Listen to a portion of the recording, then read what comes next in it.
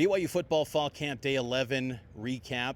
We got about 28 minutes of practice observation. It was really insightful observation period, I thought, again, here in Provo, Utah, at the Zions Bank practice fields.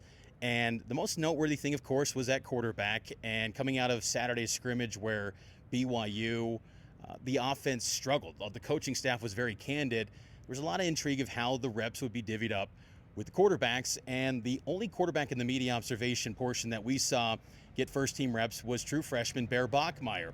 And Aaron Roderick and Kalani Sitake were asked if that meant, Bear Bachmeier is going to be QB1.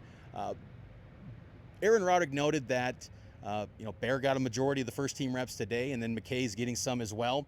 So both of those guys getting first-team reps with this offense. And it's almost an indirect way of saying those are the top two guys right now as they try to pare this thing down and getting ready for Portland State coming up. But within those first-team reps for Bear Bachmeier, he had an excellent pass to Utah transfer tight end Carson Ryan. It was a tight window, beautiful ball on the run. It was excellent pass from Bear Bachmeier. Honestly, I thought it was the best pass that he's had in the media windows during fall camp, and I thought that was a wow moment. And I'll just add, too, with these quarterbacks, there hasn't been many wow moments with these guys, and it's kind of led to this feeling of, Mitch, you seem kind of down and out on the QBs. No, it's not that. It's just, and Aaron Roderick's talked about this, and Kalani's talked about this.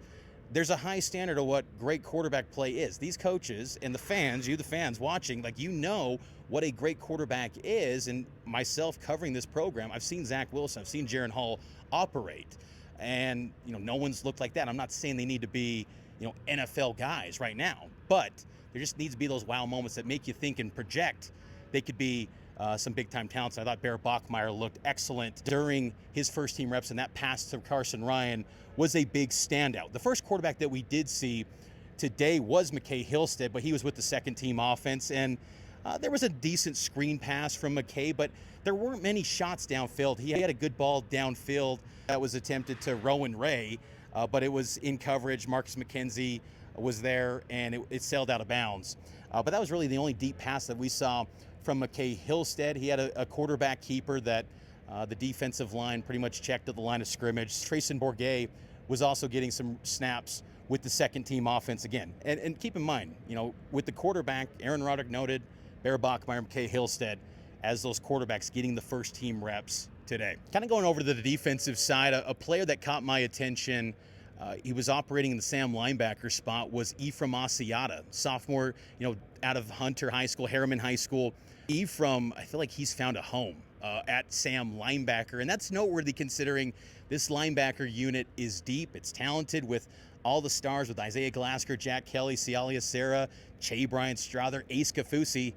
But I think there's going to be a role for Ephraim Asiata at that Sam linebacker spot. And look, he could be very versatile. He could play off the edge. He can do a lot of different things. But with his body type, I think Sam linebacker is a great spot for him. And I think he's going to thrive in that space. I thought Asiata looked really good today. Viliami Pauha and Logan Latui at defensive end.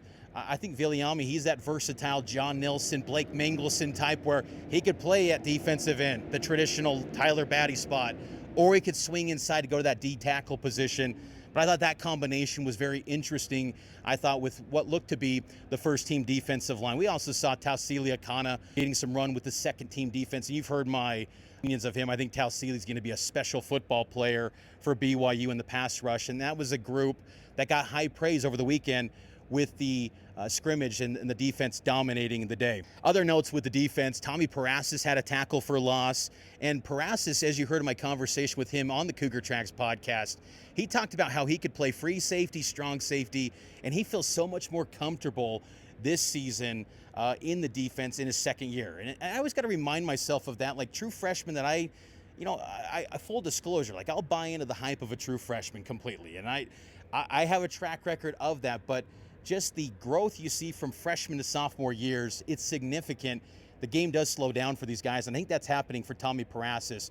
With the first-team defense, though, at safety, because that position, as Jay Hill has noted, it's been a bit of a dogfight. We did see Raider DeMooney and Tanner Wall on the back end of the defense during the media observation portion of practice on Tuesday. No update on potential BYU running back Hinckley Folau Ropati. Kalani Sitake was asked about him in post-media scrum. He didn't have any updates, still waiting on the NCAA to make a decision on Folau. But he was here at practice wearing a straw hat, kind of lending his veteran insight to the running backs. And I think that's noteworthy because this running back unit, it's a little bit thin compared to what it could have been with Pokayawa Honga, but still I think the top end of the running back unit with LJ Martin and Sione Moa, this is going to be a good ground attack, but they got to stay healthy. You know, if you have to dig into that depth, that's where things can maybe get a little bit thin potentially for BYU. I thought, a guy that did catch my attention deep in the running back unit was Lucky Finau, nephew to Kalani Sitake, getting a little more run at running back. He made that change last year to the running back position from linebacker. He's found a home there, but we did see him get some work with what looked to be the third-team offense on Tuesday.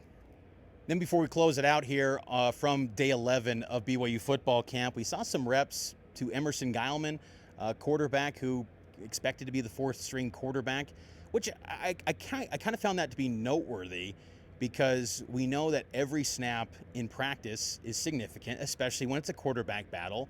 I thought it was just kind of noteworthy at this juncture of camp that they did give snaps to a guy that's probably the fourth-string quarterback. But still, I thought Geilman looked pretty good. He had a nice pass on the run. That was a good completion. Then he had some throws that were just good decisions, throwing it away, making the right decision for a young true freshman.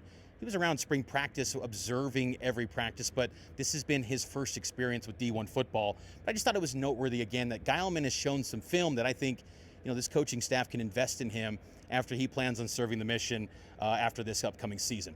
But that's going to do it for this recap here from the Zions Bank practice fields here in Provo.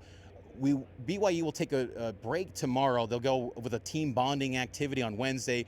We'll have some media availability coming up on Friday, so we'll have more coverage throughout the week on BYU football fall camp. And then, of course, coming up on Saturday, we'll have Cougar Sports Saturday from noon to 3. And then a special announcement coming up this week with Cougar Tracks as well. So make sure to stay locked in on that and subscribe to the Cougar Tracks podcast wherever you get your podcast and on the KSL Sports app.